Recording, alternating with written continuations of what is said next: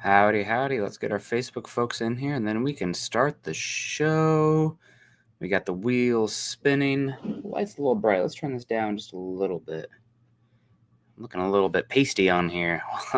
Guess it is November. We're getting that time of year. Welcome in, folks. Welcome in. It is Wednesday morning, the day before Thanksgiving. Happy early Thanksgiving, everybody. I am Nick Kendell. Scott has the day off. He's prepping with family for the festivities tomorrow. So it's just me. We're going to go probably about half an hour today, unless the super chats are rolling in. Obviously, if you guys are getting those super chats in, we're going to hang out and talk. But yeah, today we're going to figured we kind of make it about because we have a Monday game. We can start talking a little bit about Cleveland too, but the holidays and stuff.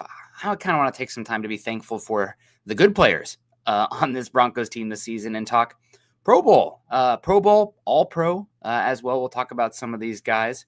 And yeah, this season, the Broncos look like they have a shot for a larger group of Pro Bowlers. Obviously, this team is 7-5. They're feisty. They're starting to get national recognition, thanks in large part due to Sean Payton and Bo Nix coming alive, and the defense maintaining top 5 play outside of the outlier game in Baltimore. So, yeah, we can talk whatever you guys want to. Obviously, the chat leads the way, but I figured, thankful for Broncos and a lot of these players that are playing pretty well this season, and you guys can push back as well. I'm going to probably start on the offensive side of the ball and then go over to the defense. But first, we do want to say hello to everybody coming in here. We got our guy David Youngkin coming in here saying, "Morning, everyone." We can make a great case for a lot of the defensive players, but one in particular is my boy Nick, who has 10 sacks. He's talking Nick Benito here, of course.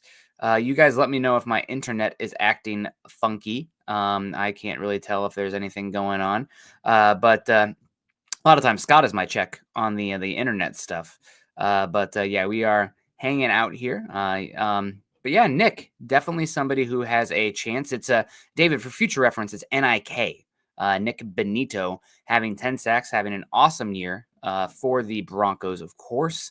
And yeah, he's been an incredible speed rusher for Denver off the edge this season. Oh, of course, there goes my camera. See, things just can't ever work out perfectly. I dropped that one. Let me get this one in here. Okay, let me know if you guys can hear me on the video. There we go. Welcome in again. But yeah, no, the Broncos are Nick Benito definitely has a chance this season to make the Pro Bowl. We're going to start on the offense side of the ball. Let's say hello to String Guy coming in here. Good morning, all. I think anyone can be forgiven for questioning Nick's arm strength and accuracy on the long go routes. Yeah, I think I saw a cut up on Twitter of somebody cutting up the longest 20-plus air yard passes this season, and there's a lot of misses on the tape there, but there's enough arm talent there. I think it can still be corrected, and I think deep football, this is a dirty little secret for NFL out there.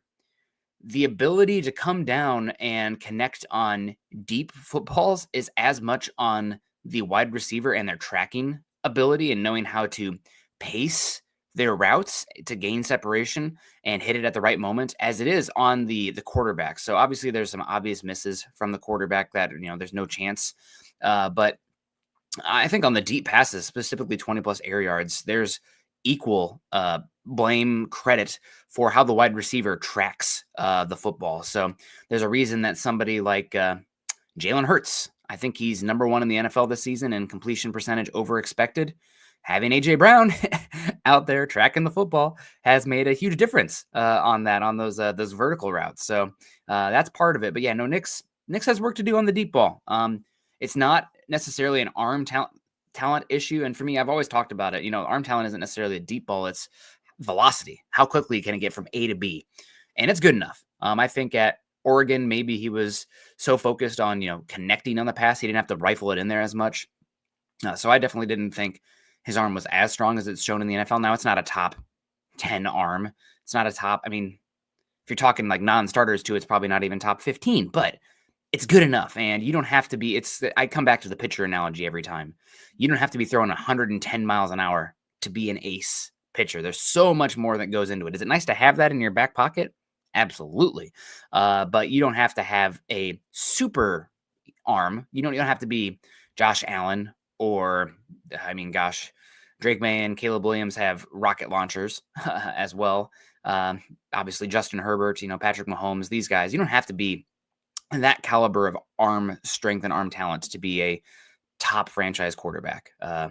Joe Burrow is one who comes to mind who doesn't have a rocket launcher. Lamar Jackson doesn't either. But there's other areas where you can be a great, I was going to say pitcher, quarterback, of course. Good to see you. Hope you're doing well, String Guy. Appreciate you so much. Now, who's that glass half empty guy? Hope you're doing well. Appreciate you so much. We got Chase coming in as well, saying BFB. Absolutely, always great to see you. Hope you're doing well. We got our guy Mr. Roush coming in. Broncos for breakfast with the bacon. I got to be honest, Mr. Roush, I do love myself some bacon. But if I had to pick, you guys let me know on on the chat here. Is it more of a if you have your choice of, the meats there, you got the salt-cured ham maybe from Cracker Barrel or something like that, showing my Midwest ties there with Cracker Barrel talk. But I'd always take the sausage links. Sausage links for me, for sure, over the bacon. Unless it's that really thick slab of bacon. Then we might have a discussion there, but I've always preferred the sausage links. Proud Zennial 81 coming in says, morning, dudes. Love seeing the trajectory in the right direction. Bo for Pro Bowl? ? Doubt it. But Surtain and Benito should be locks. Yeah, we're going to get into that here. Guys, if Trevor Siemian can make a Pro Bowl, then there's room for Bo Nix to make a Pro Bowl as well. We still got 5 games left. The issue is that the AFC is freaking star-studded. If Bo Nix was in the NFC playing this well, there's a conversation to be had. I probably would still take, Geno Smith this season, Jared Goff over him, Jordan Love, Jaden Daniels is in the conversation there, Jalen Hurts. But the AFC is the AFC is freaking ridiculous at the quarterback. The top, and also Kyler Murray out there in the NFC. But the top 5 quarterbacks in the entire NFL all reside in the AFC.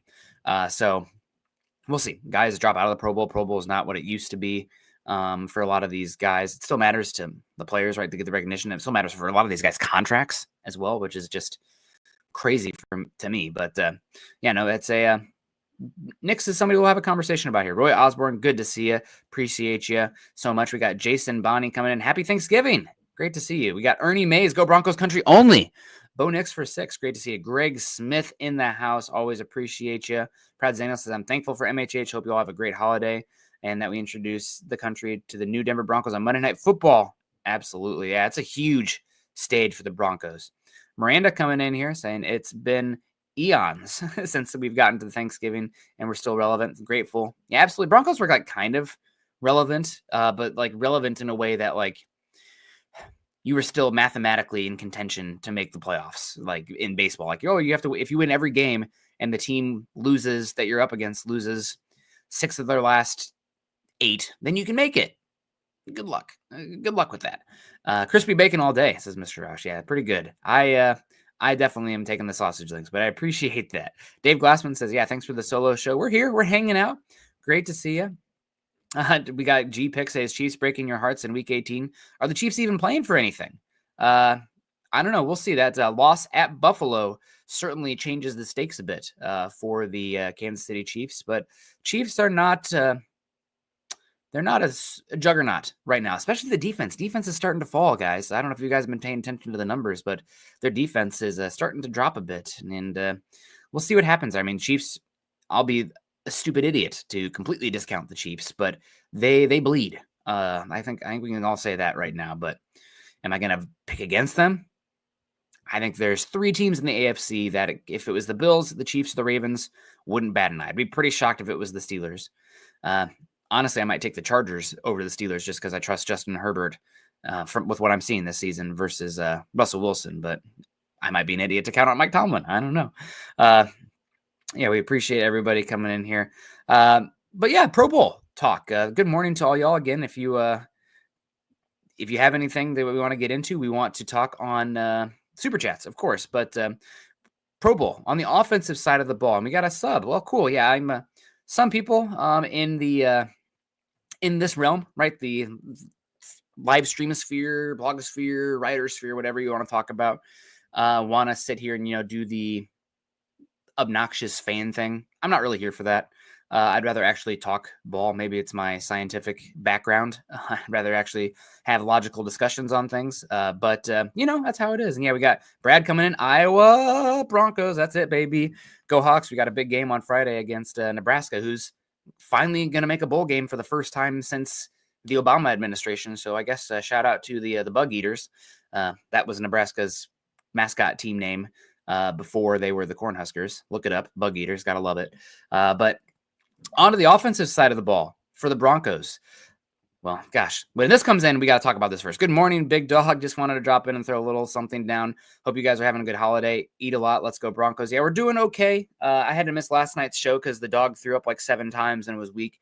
So I had to go to the emergency vet. It's been a unbelievable 5 weeks in the Kendell household with the little guy had croup and then bronchiolitis. My wife had shingles. Cat had urinary blockage. And then the dog had to go to the emergency vet. So it's been an expensive, horrible month. I'm expecting a piano to fall on me any second. No, we're getting by. At least the Broncos are fun, right, guys? And hanging out with you, that makes it a lot better. Thank you so much for the super chat, Bugmeister. We really do appreciate that. Again, 2 emergency vet visits for me. It's been a tough month. It's been a freaking tough month. But anyway, I digress. Offensive side of the ball. Broncos right now, I think, have... At the midway point, I would have said that you had 0 offensive guys on the team that are Pro Bowl caliber. And right now, I think you have an argument for 3.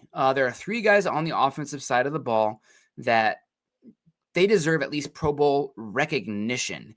And we'll see what happens on the final 5 games. But you have Courtland Sutton. Courtland Sutton has been playing unbelievable football this season, guys, especially since week 8.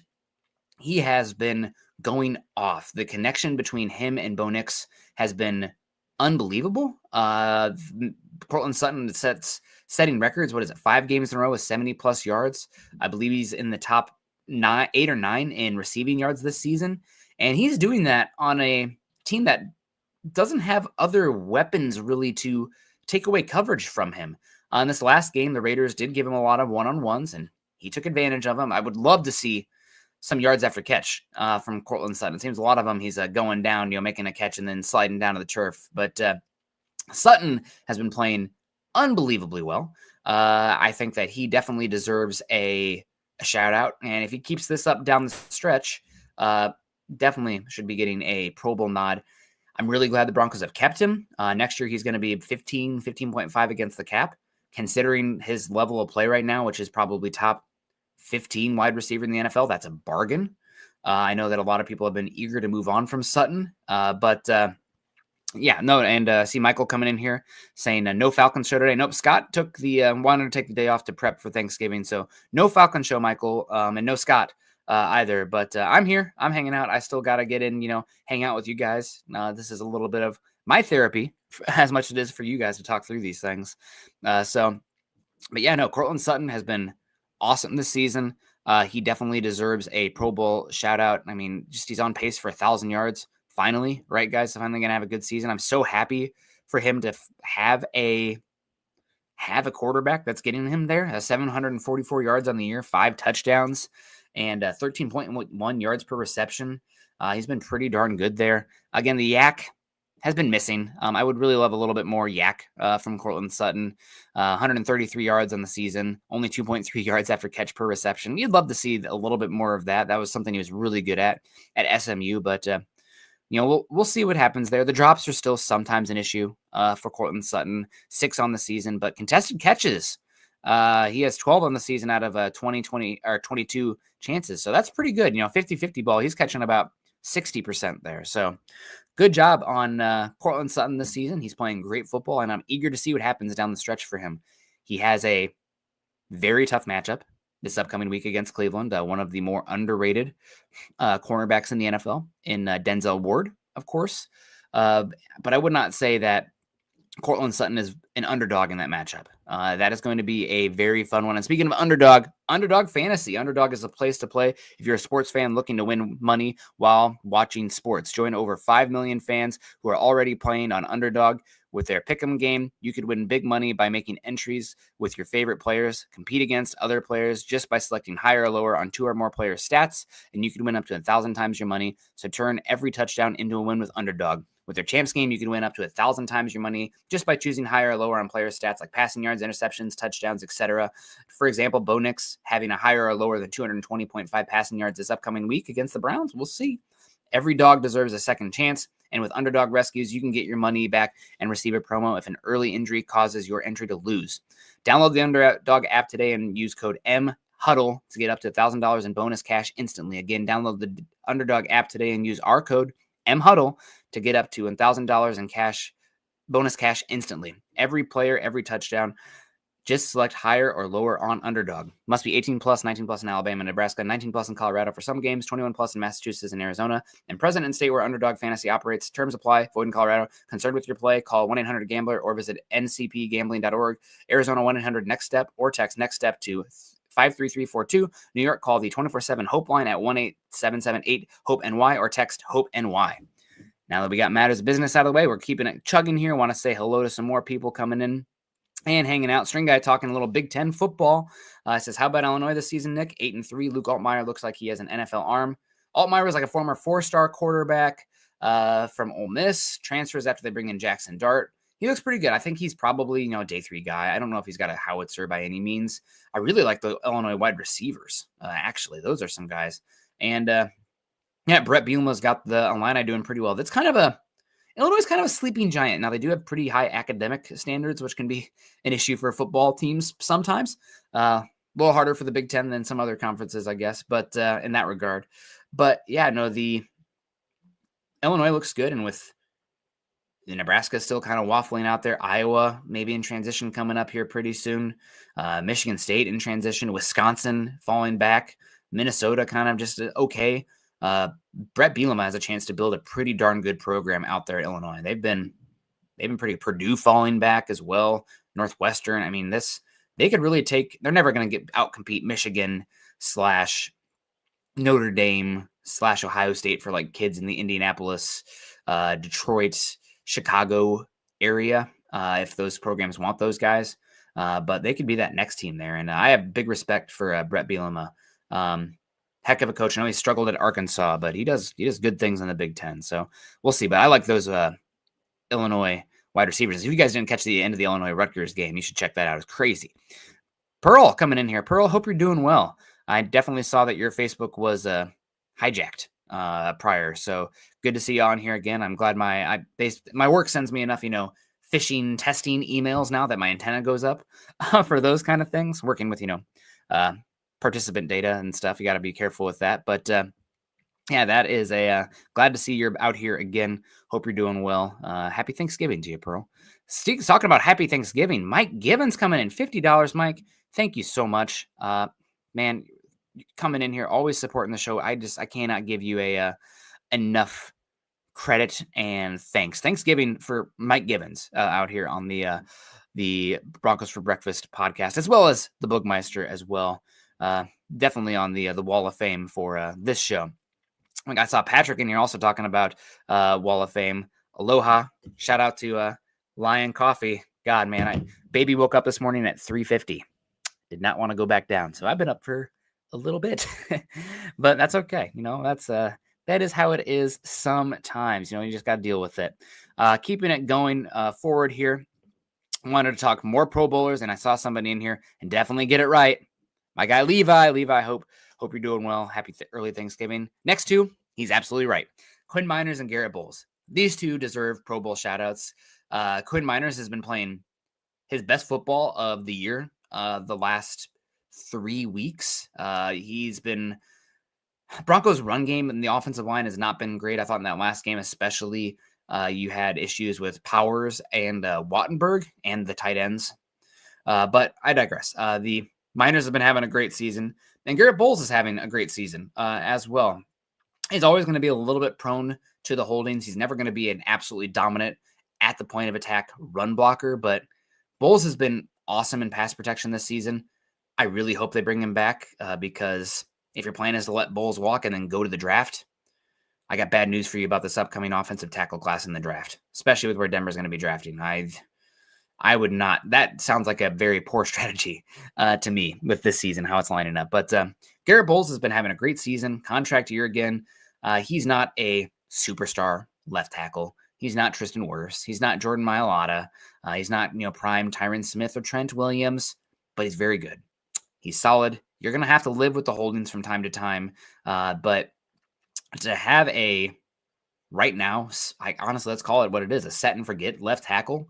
I'm hoping they can work something out here to bring Bowles back 2 to 4 years. Obviously, how the contract's set up, you'll have an out. Probably you're not going to give him 4 years of fully guaranteed money at his age. But he's been pretty durable, so credit to him for that as well. And something of probably about $22 million a year. If he hits free agency, he's going to get $25+ million a year. I'm specifically looking at the Patriots, who have like $140 million in cap space this season with a atrocious offensive line and a top pick in a poop-tastic offensive tackle draft class. If Bowles hits free agency, somebody's going to toss out huge money to bring him over, because let's just call Bowles a B-level left tackle. That's worth so much money on the market because there's just not many even B-level tackles out there. So yeah, Miners and Bowles are the next two.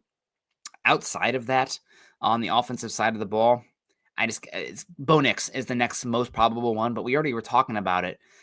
The offense and the quarterback in the AFC is just so freaking ridiculous. I mean, does he deserve it over Lamar, Allen? No. Does he deserve it over Burrow, Herbert? No. And I'm probably forgetting some other AFC quarterbacks as well off the top of my head as well. I mean, Tua has been playing unbelievable football since he came back as well. Now, granted, he's got a bevy of weapons, and this is year 3 in this system, year 2 or 3 in the system. But I don't think Knicks will make the Pro Bowl unless it's a bunch of guys, opting out because of injury or whatever. But at least he deserves a shout out, right? And I definitely have the reputation of being a Bo Nix hater / skeptic because I was not a big fan of him coming out of the draft. I feel like I've owned that and talked about how the evaluation's changing based on the tape in the NFL.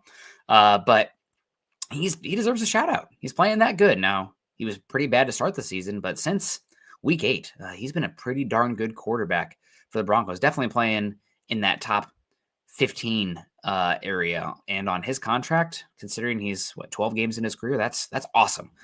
So shout out to you, Levi. Appreciate you. Yeah, definitely. So it's Sutton, Bowles, and Miners. Those are the 3 offensively. I mean, I guess the next one who might get a shout out is McGlinchey because he's playing okay football. I know it's the last game he had the bad, was it first 2 drives, but after that, I mean, they left him on an island against Max Crosby, and Crosby's going to get his still, but I thought he did.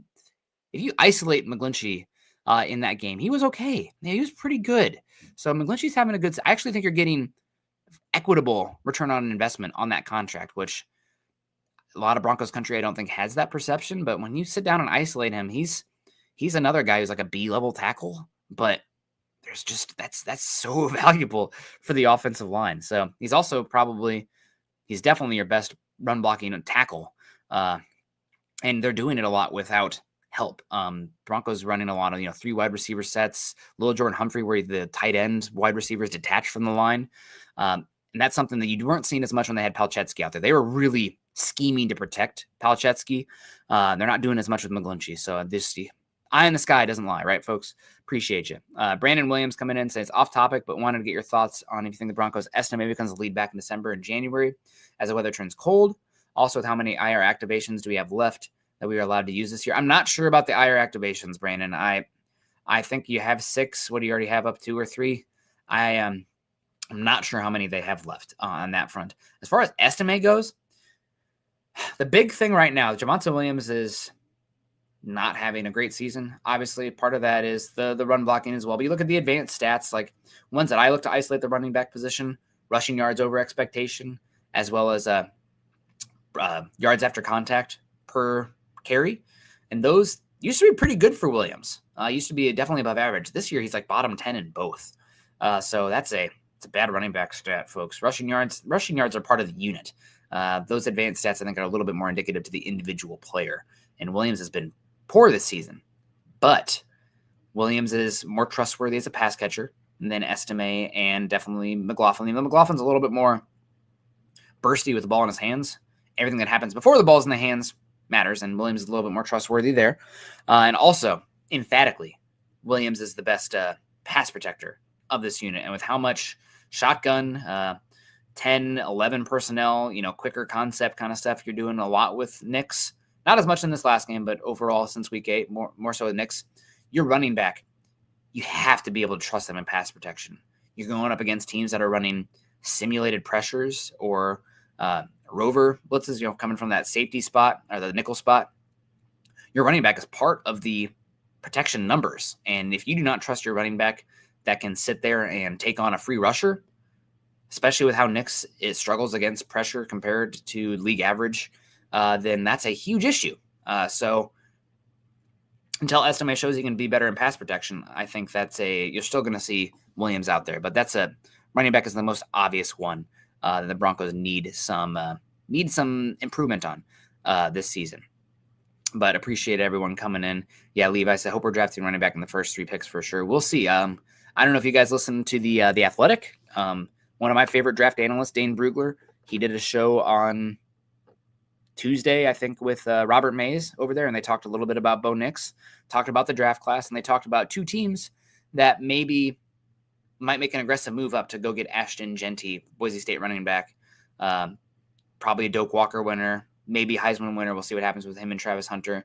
But they talked about 2 teams that might move up for a running back in a year of running back renaissance were the Washington Commanders and the Denver Broncos. So we'll see what happens there. I personally can't really get behind trading up for a running back in what is probably the deepest running back class I have ever put my eyeballs on. But you never know. Things can change here. So moving forward here on the offensive line, or not the offensive line, the defense now. Defense, I mean, obviously, I think, so we talk about Pro Bowl on the offense. Cortland Sutton's not going to make All-Pro. McGlinchey, Miners, Bowles, not going to make All-Pro. On defense, you have 2 guys who should make All-Pro. Now, are both of them going to be first-team unanimous All-Pro? One of them should be. Otherwise, we're tossing hands, whatever the kids say these days, right? We're going to fight. I'll find you All-Pro vote if you don't have unanimous All-Pro selection. Patrick Surtain II. He has been unbelievable this season. You're starting to see some potential issues in the coverage crop up. Jaquan McMillan, linebackers, Riley Moss being out now we'll see how long with the MCL, if at all, but we'll see. I think he probably won't go in the Browns game, but we'll see. Patrick Surtain's been unbelievable. Broncos are playing man at a crazy high rate. They're playing a lot of cover 3 and cover 1 and cover 0, all of which are leaving single high safety. I'd imagine the Broncos are one of the highest single high safety teams in the NFL this season. You're not seeing a huge rate of cover 4. They play a good bit of cover 6 still, but they're mostly cover 1, cover 3 team out there between their man and their zone. And that's leaving Cortland Sutton on an island very often. Very often. He's playing incredible football. The only thing that I have complaints with about Surtain, and it's not even really a complaint because, you're not getting opportunities, but I wish there was a little bit more ball production from him. Now, some of that is just the reality of playing man coverage as much as the Broncos do. When you're playing aggressive man coverage, you're playing the receiver. You're not playing the ball. You're not playing the quarterback's eyes as much. So you have less chance to jump on routes unless they're oversales, bad throws, forced by pressure, kind of like we saw Brandon Jones this week against the Raiders. But that Patrick Surtain, All-Pro, Pro Bowl, Defensive Player of the Year, all is possible for him right now. He's playing incredible football. Honestly, he probably should get a Defensive Player of the Year nod at least. I don't know if they released the rankings for that, but he is a pretty incredible man cornerback. He's tackling better than he's ever tackled in his NFL career, and teams just aren't throwing at him. Now, one thing I will say, Broncos country, about Patrick Surtain, he's still young. You still have good years left, but cornerbacks' shelf lives are a lot like running backs. So This isn't going to be forever for Surtain. And not to be a negative Nilly, what I'm saying is appreciate it right now, because what we're seeing is special. This is a Hall of Fame caliber player at the peak of their craft right now. And it's not going to last probably as long as, Von Miller's peak, or as, other players. Once they reach 27 through 30, you see them dip pretty quickly. I mean, I don't even think Jalen Ramsey is 30 yet. And when's the last time we heard about Jalen Ramsey? These guys fall off quickly. So appreciate Surtain right now. He's a special player. And the future's not guaranteed for how he'll play. I think he's still going to be great. He's so technical. He's big. He's smart. But what he's doing right now in space with the size and the intelligence and the physicality, special stuff. So he's a straw that stirs the drink for the Broncos. Everything they're able to do up front is because they have Surtain on the backside. So All-Pro, first team All-Pro, unanimous. Should be getting Defensive Player of the Year conversation, given it seems to be a down year for truly elite difference-making pass rushers, making big play, big statistical performances. So we need to bang that Surtain Defensive Player of the Year drum. Other All-Pro, despite what Pro Football Focus says, Zach Allen. Zach Allen's been one of the top 4 interior defensive players in the NFL this season, in my opinion. Oh my gosh, my camera. I'm still here, guys. Hopefully you can hear me. We'll turn the camera back on. I think it's the plug-in here. I'm not sure exactly, but hopefully you can still hear me. I'm here. Scott, I'm glad Scott's not here to witness this. He'd be giving me a hard time. But Zach Allen's been incredible this season. We'll see what happens with his foot. He was in a big boot in the game for the Raiders. Maybe he won't. The Broncos with their bye week coming up, maybe they won't have him in there against the Browns just to give him a full 3 weeks to prepare. But Zach Allen's been awesome.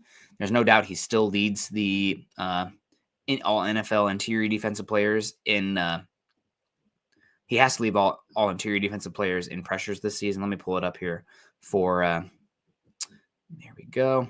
Yeah, Zach. Ooh, closing the gap. Chris Jones has 51, with Zach Allen at 52. But Zach Allen has 7 sacks and 14 hits, so a little bit more impactful there in that front. But yeah, he's been incredible this season. He's definitely a Pro Bowler, but hopefully we'll get him to the All-Pro conversation. Who's he up against? Obviously, Dexter Lawrence. He's incredible. Chris Jones. I think if either of those guys made first-team All-Pro over Zach Allen, I mean, I wouldn't care. They deserve it just as much as Allen does, and they have a little bit more higher profile, higher Q rating, right? So that matters for this, but Allen is playing as good as them.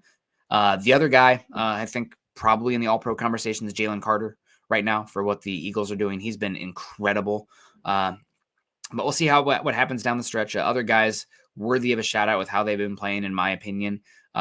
You have Ali McNeil for the Lions. He's been incredible. Old man Cameron Hayward is still playing incredible football. He is 35 years old. Holy cow. Trench players, they can age gracefully. Skill players, not as much. But yeah, God, Cameron Hayward, turning back the clock. That is incredible. In the 2011 draft, that's wild, folks. He's pretty incredible. So I do think that Allen deserves it. I'm looking at PFF right now here, and I see Allen with 7 sacks according to PFF. So I'm not sure where you're getting that holy diver, but we'll see what happens. Give me a hard time. Yeah, I appreciate you guys.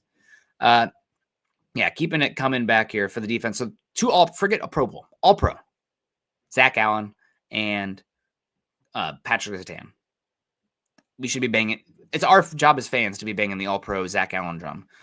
So, I mean, we could see it in the last game with the Raiders too, right? Like they were running the ball pretty effectively. They were like over 4 yards a carry, and the interior pass rusher was not the same. So, yeah, Allen is the straw that stirs the drink. He's still like outsnapping everybody in the NFL by like a bleep ton. He's played in 11 games and he has 652 snaps. You have Nnamdi Madubuike for the Ravens, another potential All-Pro, but definitely Pro Bowler. He has played in 12 games and he has 40 less snaps than Zach Allen. That's an entire game worth of snaps, folks.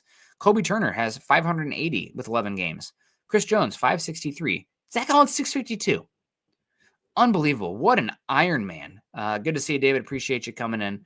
Hope you have a great Thanksgiving. Yeah, we're hanging out. So we are hanging out here, having a good time on the defensive side of the ball. So yeah, Zach Allen's playing incredible. We missed him this week. Honestly, I think the amount of snaps he's playing is not sustainable long term, which makes me scared. And it's another part of my add to the defensive line propaganda for the upcoming draft. But that's how I am. Add more defensive line talent, always. But other than that, on the defensive side of the ball, I think that you have an argument for two more players to make Pro Bowl this season. One of them being, if you guys are saying it, that's not a shock. Nick Bonito definitely deserves a Pro Bowl this season. He's playing really good football. Now, it might be something to might be a year behind. That's typically how the Pro Bowl works. You get paid and then you make the Pro Bowl. But Benito's playing really good football. He's going to get I'm guessing he's probably going to get something like an $18 to $20 million a year contract. We'll see if the Broncos approach him this offseason to get it done a year early, just like they did with Quinn Miners and Patrick Surtain this offseason. So like sometime in June, July, I'd be looking at for the Nick Bonito, Zach Allen contract extension. Maybe Cortland Sutton as well. We'll follow. Those are the big three who are free agents 2026. And Denver's been doing a pretty good job outside of bowls, getting things done a year early in the last calendar year. So we'll see what happens there. But Benito definitely deserves a shout out. 10 sacks. He's been super impactful. He's still not a, dominant edge setter. He still, could probably work a little bit more on some of his power moves, but he has improved so much in those areas since he came into the league. Credit to him, man. From what I've heard, he is one of the most tuned in weight room guys and changing his body and just adding power to his smaller frame. And his speed to power that he's added used to just be, he has to win outside shoulder, fastball kind of guy. That's great. He can do that. That's great.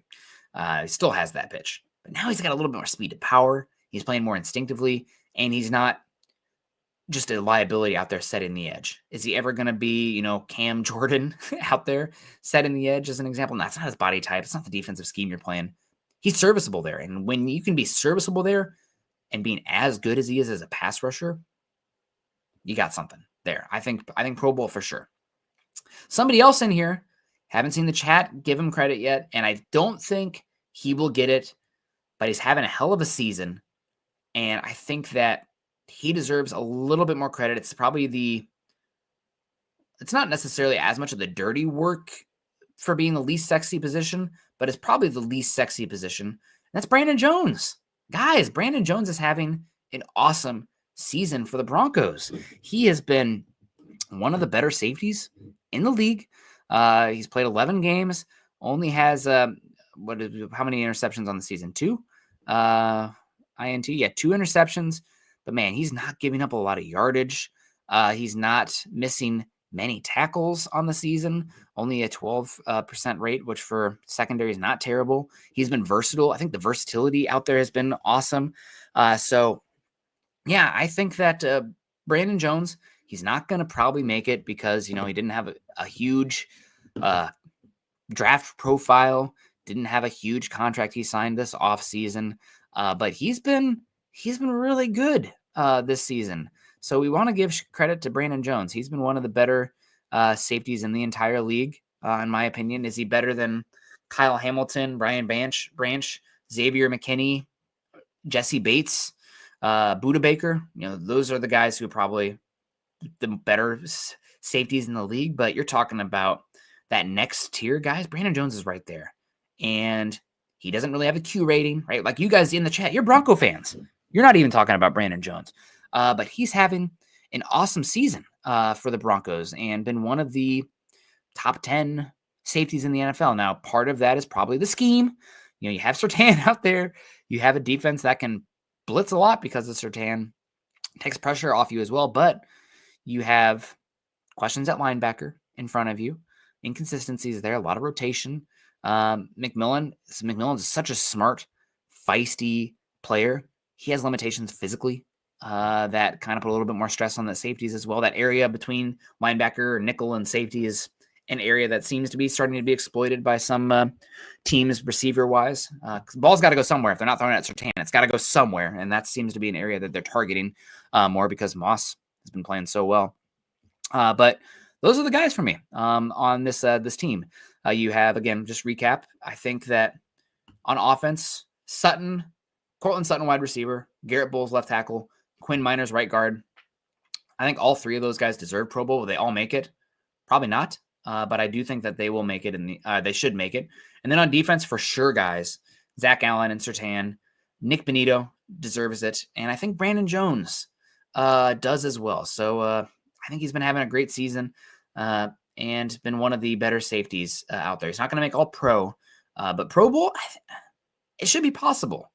He's playing good ball, guys. So, yeah, appreciate everyone coming in. We're going to wrap it on up here. Final thing, I see some comments in here talking about Drew Sanders coming back here, activated after tearing his Achilles back in, he tore it working out. I think it was announced in July, but it happened earlier. Either way, he's back, been activated. I'm a little bit surprised they did that, especially because I thought your edge rusher number 4 in Tillman had been getting some decent reps out there. Like, I didn't think he was a liability at all, where last season he played better the last 2 games, but that game against the Lions, Drew Sanders, first game at edge against the Lions, was some of the worst edge tape I've ever seen. Now, granted, he was going up against Penei Sewell, who is a different type of beast than anybody in the league, honestly. He's we'll see what the plan is for Sanders. I think that you're so blitz-centric that maybe you might get some moves with him as a mug linebacker over the A-gap, where he can, bail and play a hook zone, or do some you blitz unless the running back blocks you, right? That kind of thing. And then your job is to stay on the running back, not let them leak out. I forget what that's called from a coaching perspective, but that's an option for him. And we might get some edge versatile looks as well. I'm a little bit bummed that it doesn't seem true off-ball linebacker is in the cards for him, because I just think that he is small enough and lacks length that he has to be a special twitched up athlete to be a difference maker as an edge rusher. And I just don't think he is that caliber of athlete to be that small and make a true difference at edge. But we'll see. I've been wrong before, right? So still a young player. And I think this season's probably going to be some special teams. That's your role, buddy. Special teams for sure. Core 4 player. And also some blitzing ability. Right now, Denver does not really have a lot of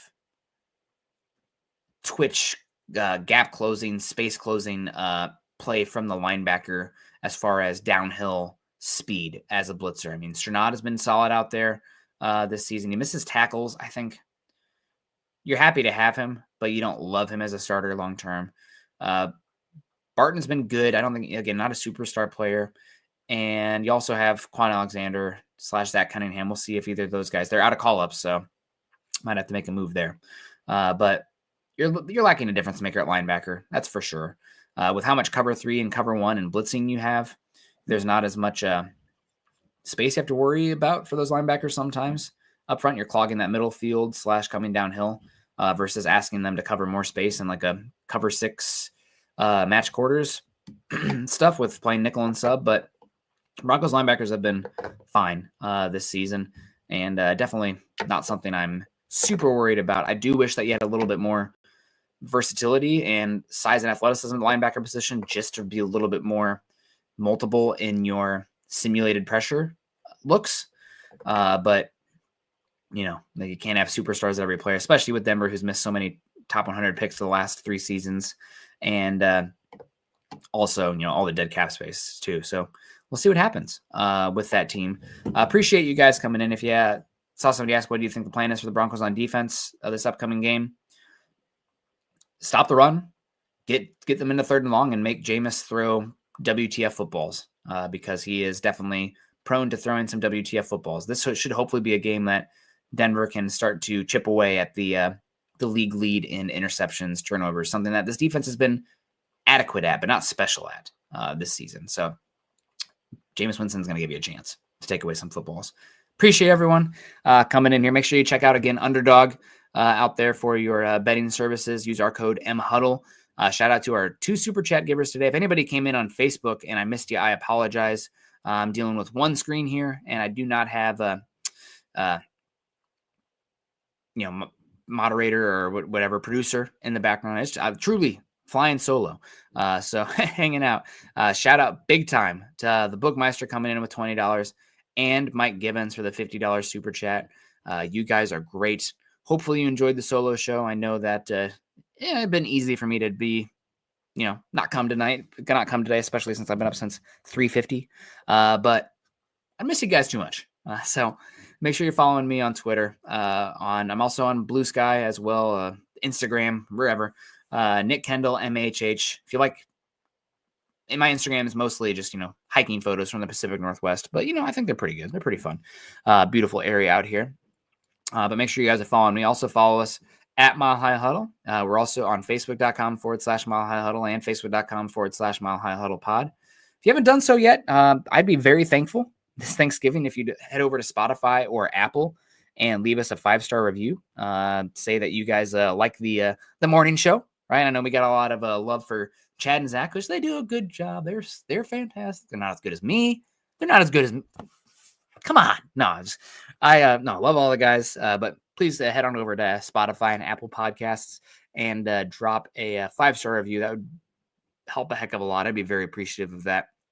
And if you haven't done so yet, if you think it's worthwhile, if you've been enjoying hanging out this morning, also make sure you subscribe to our show over on YouTube, like and share. Scott and I are live every Monday and Wednesday. I'm also live Tuesday night, but we got shows, every single night of the week. So appreciate you guys. Hope you're doing well. Have a great Thanksgiving. Always like to say as well, make sure you continue to choose kindness and compassion. Make that active choice. Have a great one, everyone. Go Broncos.